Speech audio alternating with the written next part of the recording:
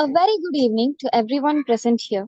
I, Olivia Joshua J, would like to start this knowledge session on uplifting rural women in India at 4 p. Uplifting rural women in India involves empowering them through education, skill development, and economic opportunities such as microfinance and self help groups. By providing access to healthcare, legal rights awareness, and mentorship programs, we can foster a supportive environment that enhances their quality of life. Promoting sustainable practices and cultural expressions further strengthens their role within families, communities, ultimately leading to greater gender equality and societal progress. SEMS Welfare Foundation, a registered non-profit organization, is dedicated to social impact across various sectors. We focus on education, particularly skill development and entrepreneurship. Through our initiative Digi Saksham, we have created training programs in IT, finance, retail, and entrepreneurship, impacting over 6,000 individuals. We are currently upskilling inmates in Haryana jails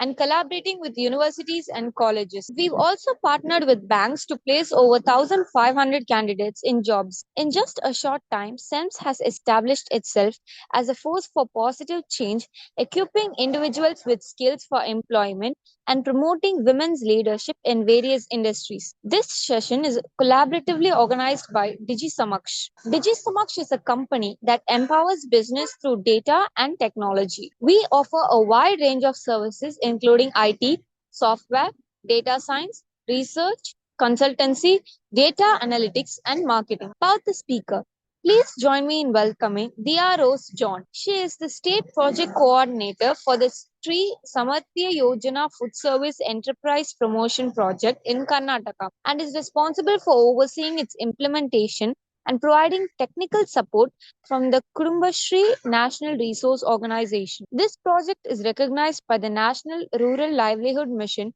and implemented by the Ministry of Rural Development under the Government of India. Previously, she worked as a young professional at Rajivika, serving as both a block project manager and the district manager for finance inclusion. She holds a Bachelor of Arts with honors in English from the English and Foreign Languages University in Hyderabad and a master's degree in women's studies from the Tata Institute of Social Sciences in Hyderabad. She is passionate about positive social change and the empowerment of marginalized communities through participatory and sustainable approaches. She is an avid reader who enjoys immersing herself in literary worlds. As a passionate photographer, she loves capturing moments and telling stories through her lens and travels whenever possible. Ma'am, over to you for the rest. Thank you for that introduction, Olivia.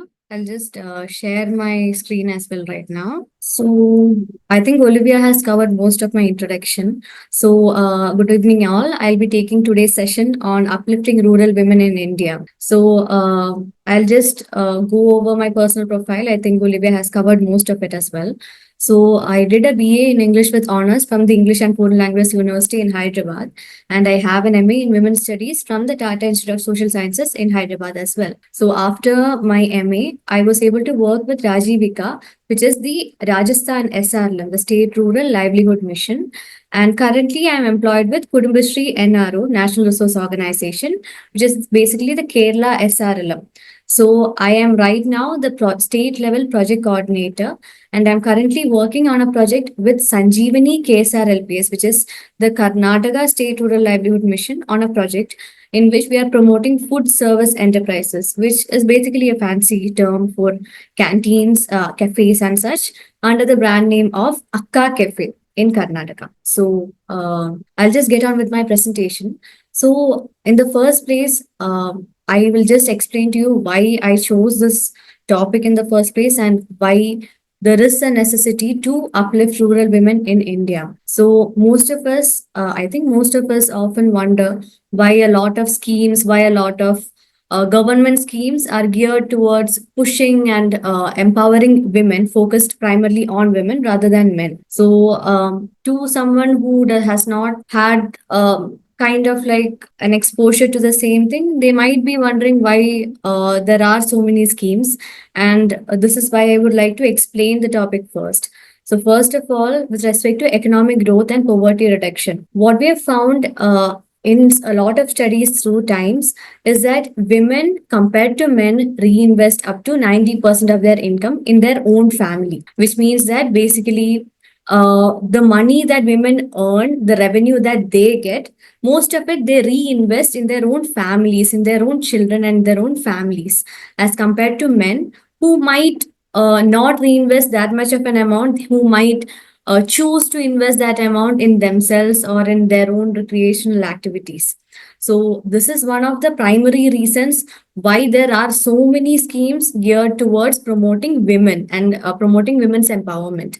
Secondly, with food security and agricultural productivity. So, agriculture primarily, we think about farmers, and immediately the image that comes to our mind is not women. We don't really think about women working in the fields, we think about men as farmers. But at the same time, women make up to 42% of India's agricultural workforce. But at the same time, these women, as we might all be able to guess, lack land ownership, lack access to technology, and also lack significant power. The third point is gender equality and with respect to social development. Education for women leads to reduced child marriages, they lower maternal mortality, and improve family statuses. And in addition to that, education of women, it leads to stronger voices in community decision making and leads to more equitable development policies in which it's not just men who are considered, it's also women whose situations, whose points of view are also taken into consideration. Next, with respect to climate resilience and sustainable resource management. So I think we have all heard about a lot of movements across the country, across India primarily, in which there are a lot of movements in which women are the primary participants. There are women coming forward to save trees. There are women coming forward to save rivers. There are women coming forward to introduce sustainable practices. So these sustainable practices, we can introduce these practices through SHGs. SHGs are self-help groups which are being promoted by SRLMs, in which with which I am working as well. Then strengthening rural entrepreneurship and employment. So there are a lot of government programs like the NRLM, the National Rural Livelihood Mission, which promote women-led enterprises among a lot of other things like financial inclusion and the like. And lastly, breaking the cycle of intergenerational poverty. So what we have learned over the years is that educated and economically independent women who have better education are able to provide better education for their children and also provide better child care as compared to the same schemes, the same effort being put into men of the same in the same economic level. So I'll just go over my first experience with Rajivika in Rajasthan. So right after my education, after my MA in Women's Studies, I got a job working with Rajivika, which is the Rajasthan State Rural Livelihood Mission. So I was the State Rural Livelihood Mission is basically under the MORD, the Ministry of Rural Development at the center. So Rajivika is Rajasthan's State Rural Livelihood Mission. Just a minute. Just let me know if the screen is still being shared. Right. Yes, madam. Okay. Yeah. So, Rajivika, which is Rajasthan State Rural Livelihood Mission, focuses on women's collectives and the livelihood enhancement. So, basically, what it does is, for people who don't really know what Rajasthan's social background or demographic is like, I've just included a photo. So, I think a lot of us are familiar with what National Geographic or Discovery Channel or channels like that show as a representation of Rajasthan and India's western region. But then when I actually went to Rajasthan, it was kind of a culture shock, and I could actually see women, see people covering their faces wearing gunguts. So that kind of a social environment, that kind of women, I mean, that kind of, I guess, unempowered women, it was not familiar to me. For me, who had grown up in South India, for me, who had studied in Hyderabad, it was a very unfamiliar territory. And honestly, I was a little shocked. It was a culture shock for me to see women who were not ready to come out of their homes, who were not ready to show their faces in a community, in a society where men were also present, who were not able to raise their voices or come out into the public sphere. All these were very unfamiliar territories to me. So Rajasthan specifically is a state where women's empowerment needs to be focused on. And I think in recent times, I've also heard of things like child marriages, which are very rampant in the state as well. So, what the State Rural Livelihood Mission tries to do is to create collectives of women. So, women in a particular neighborhood are formed into SHGs, self help groups of 10 or more, which are 10 or more in number.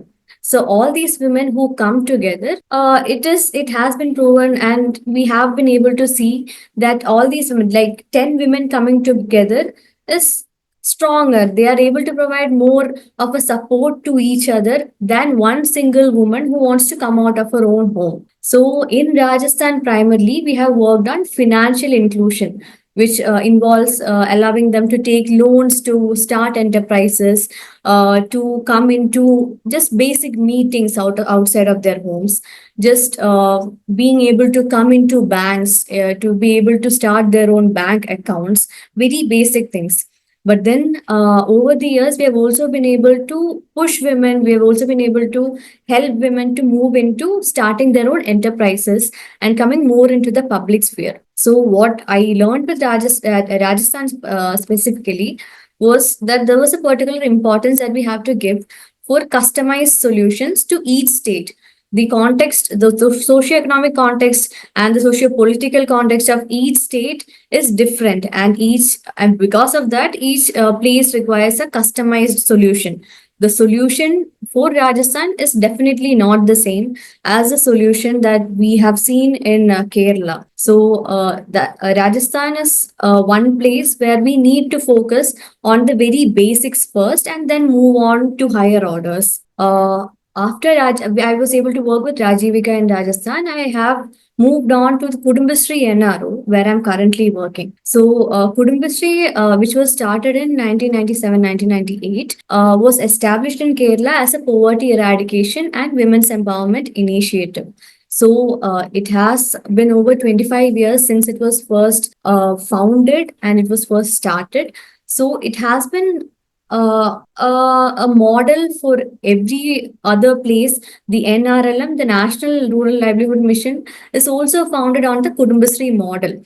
And this model was extremely successful in Kerala, which is not just because of the model, it's also because of the socio-economic and socio-political background in Kerala.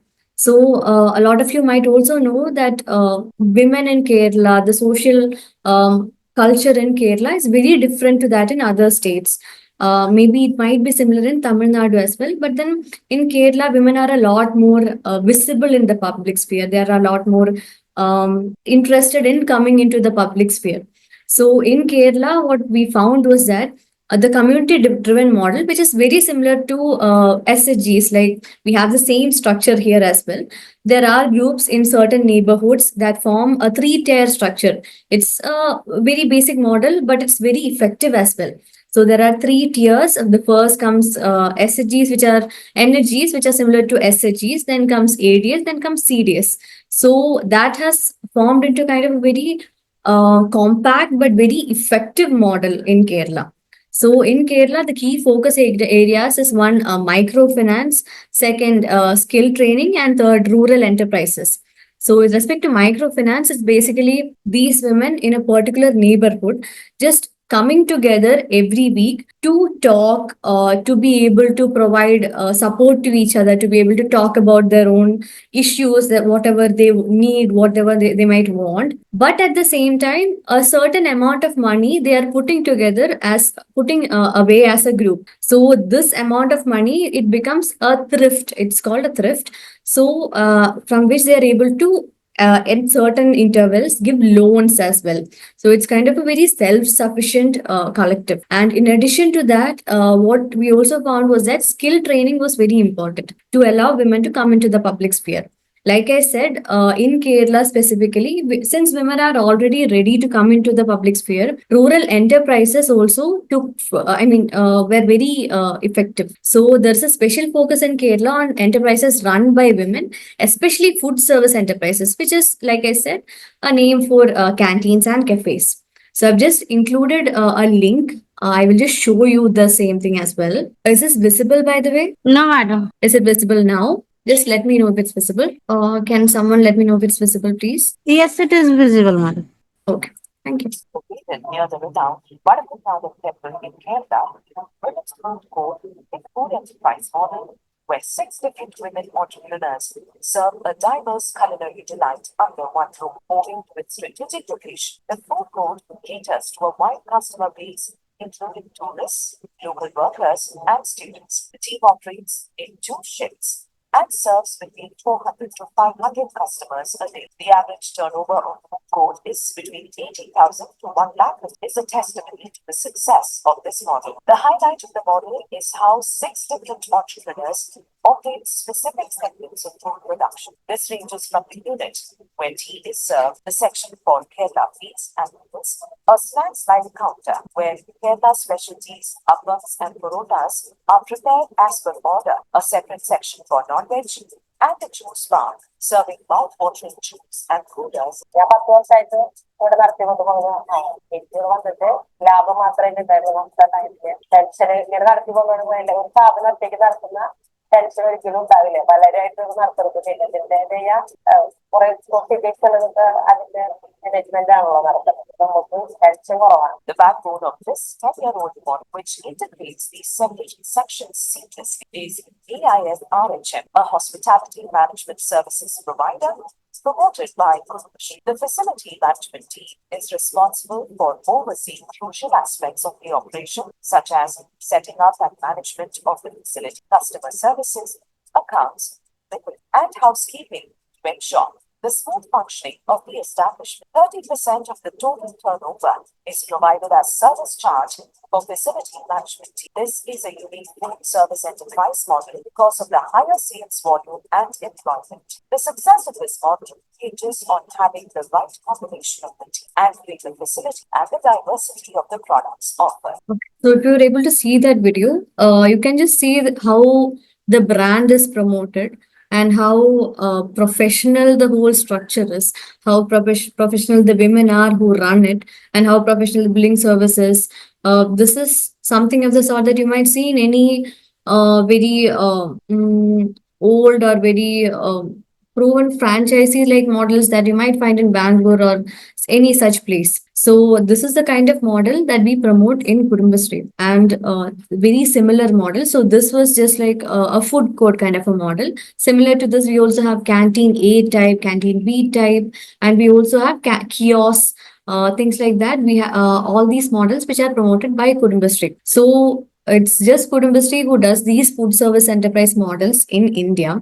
And similarly, we also help other states to promote such models and such brands in their own states. So, Kudumbashree NRO, where I am currently employed, the National Resource Organization, supports other states in implementing other such projects by the NRL, the National Rural Livelihood Mission. So we provide expertise in capacity building, institution building, and micro enterprise development. And we work closely with the SRLMs to adapt Kerala's many successful models to the local context in the own states. So, particularly working with the Karnataka SRLM, where I'm currently at, the Karnataka SRLM is Sanjeevani. So, what we are doing here is we are doing a food service enterprise project in which we are promoting the enterprises under the brand name of Akka Cafe with the tagline of Olavina Uta. So we are working with rural women and entrepreneurs to build sustainable food businesses in rural, urban and semi-urban spaces. So through this, what we are able to do is to improve the women's access to financial services, to allow them to be more forthcoming, to allow them to be included in the public sphere. And we are also able to collaborate with other stakeholders, which might include the Jilla Parishad, the Jilla Panchayat, the district collector, the CEOs of the Jilla Parishad. All of these people are involved as well to create these livelihood models, which are also a little higher order models compared to micro enterprise models. So I'll just go over the lessons and the best practices as well. So what we have learned is that over time, very strong institutional structures like those of Kudumbasri, in which there's a three-tier structure. These enhance sustainability. So, what we can say is that in a neighborhood where 10 or more women who live next to each other are in the same group, they enhance or they improve accountability. So, if there is a meeting and then one person is not available for the meeting, then obviously the other person would look into why this person is absent, or ask them why they are not there, or help in maybe supporting them to come to the meeting. So, very strong institution structures like that are responsible for sustainability.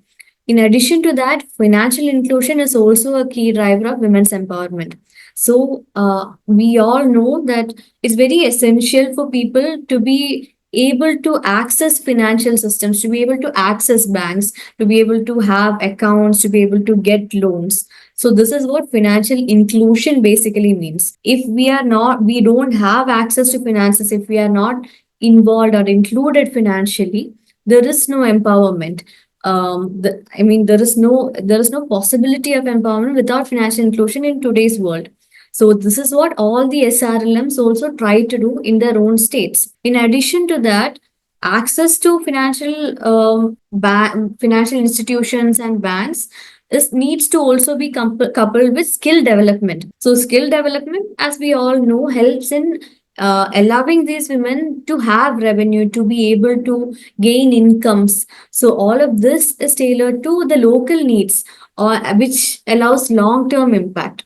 And as we all know, the financial inclusion plus skill development, that is access to financial institutions plus ability to have incomes, will allow women to, or give women more interest to be a part of these SHGs and these structures and schemes. So, along with this policy support and cross state collaboration, like we do with Kudumbasri NRO, is also necessary to improve the program effectiveness. And I'll just conclude this as well. So, with respect to uplifting rural women, it's not just a moral imperative, but it's a necessity for sustainable and inclusive social development in a country, especially like India. So, investing in women's education, investing in financial inclusion, and enterprise development leads to economic growth as well as poverty reduction.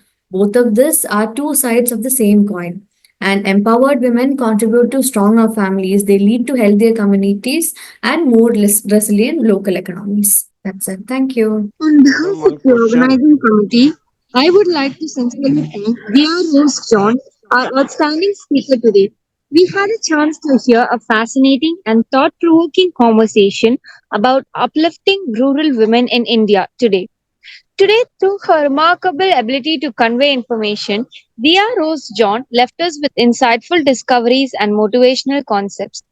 Her engaging lecture enthralled us and motivated us. Key takeaways: why uplift rural women, economic growth and poverty reduction, food security and agricultural productivity, gender equality and social development. Education for women leads to reduced child marriage rates, lower maternal mortality, and improved family nutrition. Climate resilience and sustainable resource management, strengthening rural entrepreneurship and employment, breaking the cycle of intergenerational poverty. And ma'am had shared her recent experience with Rajvika in Rajasthan.